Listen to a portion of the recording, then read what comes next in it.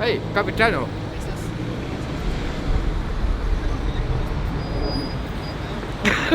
Pourquoi? Non. Oh, pour moi.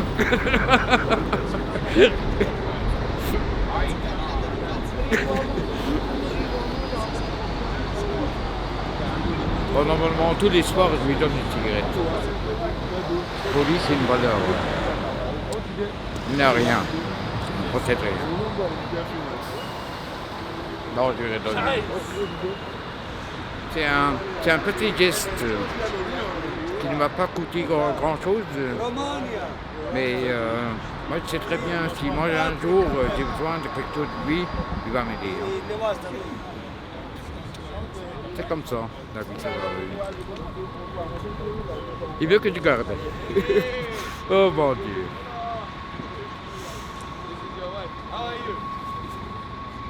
Ça me fait des larmes dans mon Dieu. Don't worry, we take care of him here. Ce qui est parfois bizarre, je rencontre parfois des anciens collègues de la banque où je salue et qui sont au début, ils étaient tous étonnés, qu'est-ce qui t'est arrivé et ainsi de suite. Et je leur ai dit clairement, c'est passé comme ça.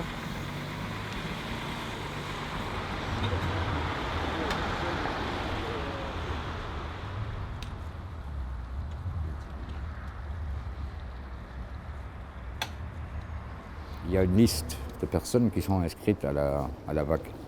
Donc on ne peut pas, si on a de la chance, on arrive à entrer sans être inscrit. Mais c'est mon assistant social qui m'a organisé à la VAC, que lui, il avait tout préparé. Et également, il m'avait fait une copie du contrat de travail, parce qu'il y a une séparation à la VAC. Ils font la différence entre travailleurs et non-travailleurs. Et les travailleurs, c'est un dortoir qui est plus calme. Comme tout le monde se lève déjà tôt le matin, et ceux-là, ils restent calmes, ils veulent seulement dormir, c'est tout. Tandis que dans l'autre dortoir, il semble qu'entre-temps, c'est devenu le chaos total.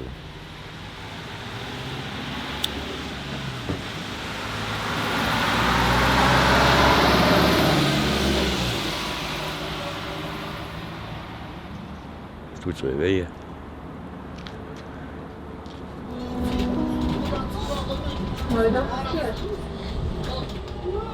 Ah, ici, dans le coin, j'habitais pendant 2 semaines. J'étais ici à l'auberge de jeunesse, à Clausen. C'était bien, c'était le grand luxe. Pour moi, c'était le grand luxe. Et là, on paye 25 € par nuit. C'est abordable.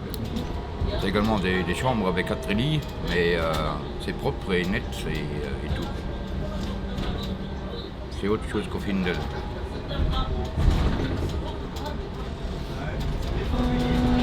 Dès que moi je vais avoir ma retraite, je quitte le Luxembourg. C'est sûr de ça.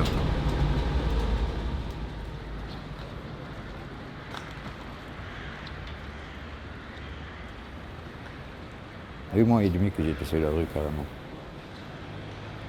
J'ai toujours horreur des week-ends quand je n'ai rien à foutre. Je ne sais pas ce qui m'attend.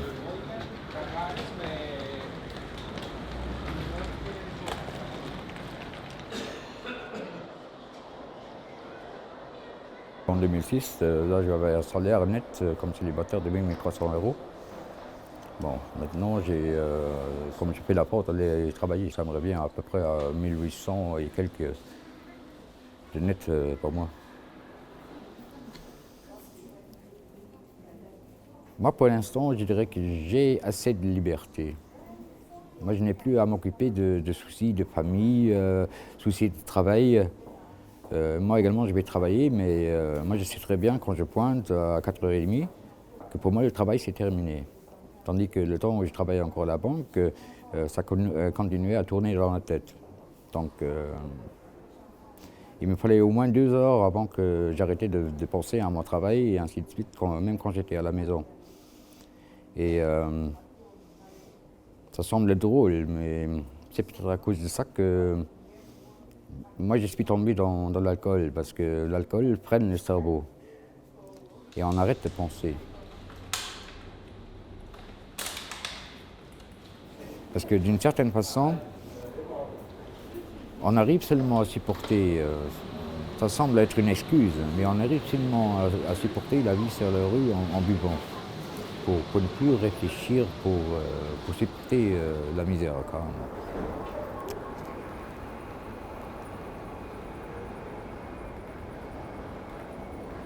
J'étais toujours un peu plutôt le mec solitaire. Ce qui m'a déjà causé beaucoup de problèmes, mais ce qui m'a également fait du bien. C'est à partir d'un certain moment dans la vie où on commence à construire des murs autour de soi.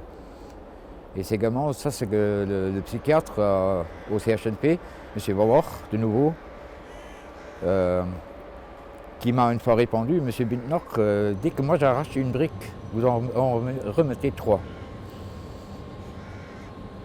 Pourquoi tu as besoin de ce grand mur? Pour me protéger. Seulement pour me protéger. De quoi? Parfois que quelqu'un ne puisse pas réussir à savoir ce que je pense réellement.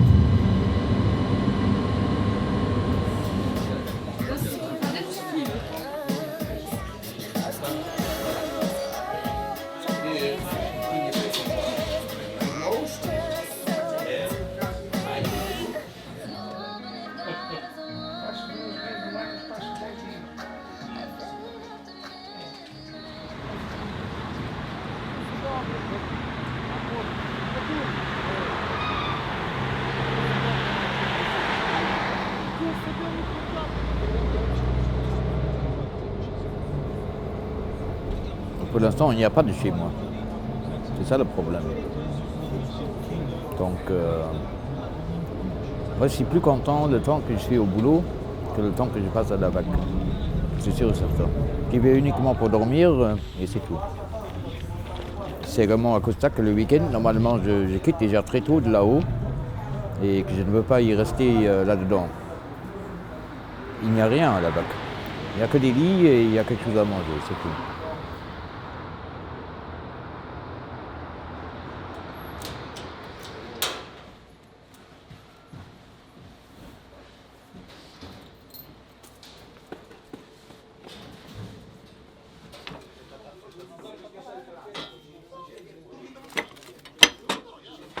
Ça c'est de la NZ, tu sais, de la camionnette de Noël, Oui. de la plaque là. Tu sais, c'est la vignette fiscale Oui. de la voiture. On reprend les anciennes et on laisse celles-là, c'est les nouvelles.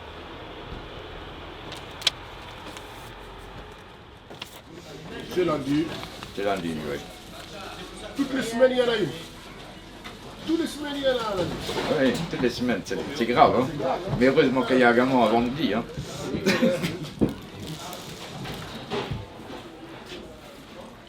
Ça me réjouit d'aller travailler. Également du support, que j'ai des personnes avec lesquelles que je travaille. Ils savent très bien ce qui se passe chez moi et ils respectent. C'est vrai que c'est pas facile la vie, hein. Non, non. Ouais. Mais ça va, toi t'es là, tu résistes. Ouais, C'est ce qui compte. ça marche. Hein. Non, moi je trouve que c'est quand même indéniable. Tu travailles, tu n'as pas de maison, tu es toujours là.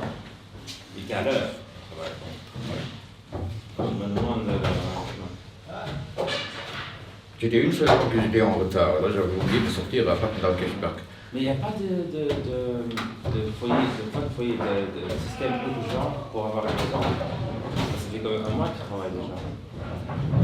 Tu as toujours un enfant. Et également, c'est là-haut au bac, moi je suis un des seuls qui va travailler. Hein. Parce que le reste, il traîne toute la journée sur la rue. Hein. Il n'y a pas d'autre endroit où tu pourrais être en fait. Moi, écoute, hein. Bien, tu vois quoi? Là? Pourquoi? Ah, monsieur élevé des grands, ça c'est le numéro 8. Le plus grand. C'est marqué, c'est dans le côté de en bas. Moi j'ai eu la grande chance d'avoir mon travail. Mais il y en a d'autres qui ne l'ont pas. C'est la faute à eux-mêmes. Ils viennent ici au pays, ils croient qu'ici c'est le paradis, on peut vivre comme ça, sans rien foutre et que ça passe. Je vais demander son nom. Et là, c'est le cercle vicieux, comme on appelle ça, hein, qui commence.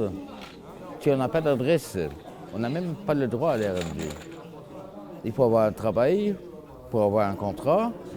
C'est pas que si on passe la vie sur la rue ou comme on voit, on n'a même pas le droit à l'RMG. Ça ne va pas, ça ne passe pas.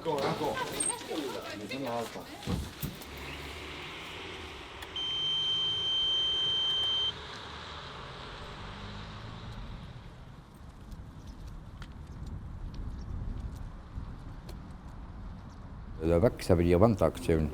C'est uniquement valable jusqu'à fin mars. Après ça, c'est terminé. Donc il faudra absolument que je trouve quelque chose maintenant avant fin mars pour avoir un logement après le mois de mars. Là, c'est encore une aventure à vivre et il faut trouver quelque chose.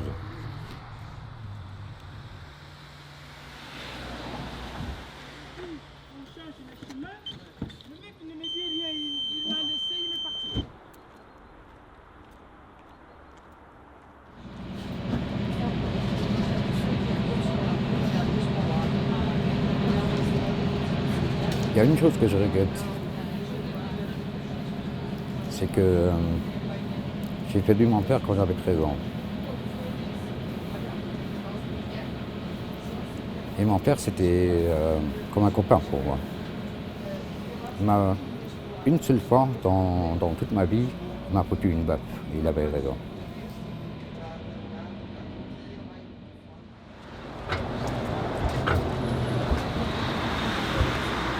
Pas pour me vanter, mais d'une certaine façon, à cet âge-là, c'était. Pour certains trucs, c'était moi qui remplaçais l'homme dans la maison. Hein. Ma mère, elle a fait ce qu'elle pouvait. Elle a réussi que ma soeur et moi, tous les deux, on a fait notre bac. Et j'ai encore un peu de contact avec ma soeur, tous mes respects pour elle. C'est la seule qui s'est occupée de moi quand j'étais encore à Tilbruck et ainsi de suite. Et qui m'a également dépanné parfois où j'étais en retard avec le loyer. Et pour que j'ai toujours un logement. Bon, et je la comprends à un certain moment. Elle également, elle en avait marre qu'elle voyait que j'avais recommencé à boire. Et elle m'a dit, Claude, maintenant c'est à toi.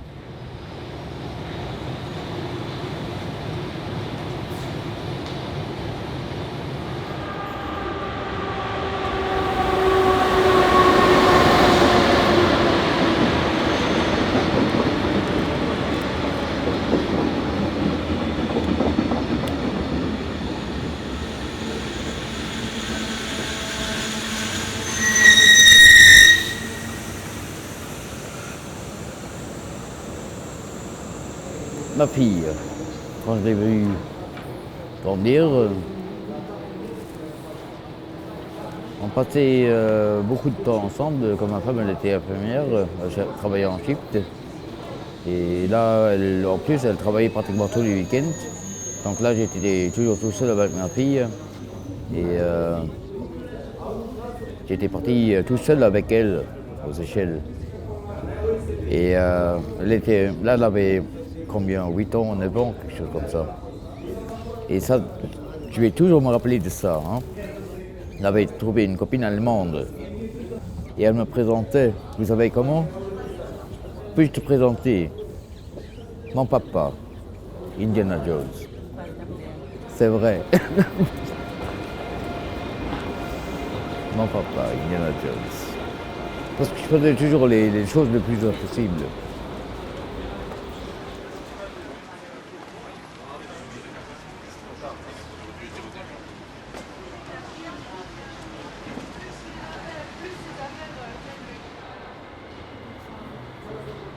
Ma fille, la dernière fois que je l'ai vue, elle avait 13 ans. De ça, je me rappelle encore très bien. Et après ça, je ne l'ai plus revue. Elle est devenue grande. Et belle. Elle me ressemble beaucoup. Ça ne veut pas dire que moi je suis beau, pour l'instant sûrement pas, mais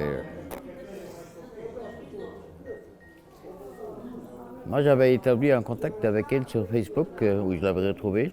Et après ça, elle m'a répondu, elle m'a toujours appelé Claude. Jamais papa. Et elle m'a répondu, écoute Claude, c'est maman qui ne veut plus que j'ai du contact avec toi.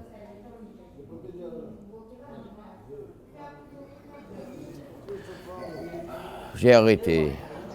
C'est à ma fille. Moi, il faudra que je montre la preuve que j'ai changé. Et après ça, je vais faire un réessai. Mais d'abord, il faudra que je lui démontre que moi, j'ai changé. Avant ça, j'ai pas de chance. Hein. Tu veux changer? Ouais. Bah, je suis en train de changer. Je dirais en tout cas.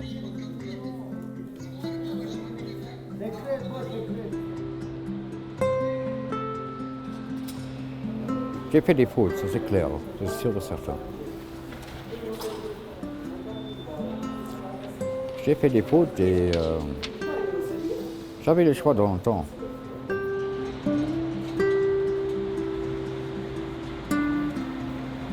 C'est là où j'aurais dû profiter ou prendre un autre chemin à un certain point et pas celui que moi j'ai pris. Je me sentais trop à l'aise dans le temps. C'est par connerie, on peut le dire comme ça, que je suis rentré dans cette voie-là. Comment dire?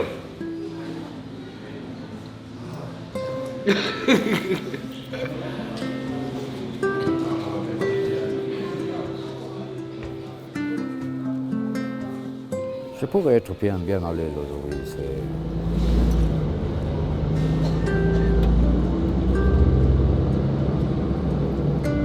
Oui, je ne sais pas si je le cherche vraiment. Pour me retrouver de nouveau tout en bas, pour pouvoir de nouveau remonter. Je ne sais pas si je veux me prouver moi-même quelque chose, mais je ne sais pas l'exprimer. Mais c'est comme ça. C'est une connerie peut-être, mais c'est comme ça.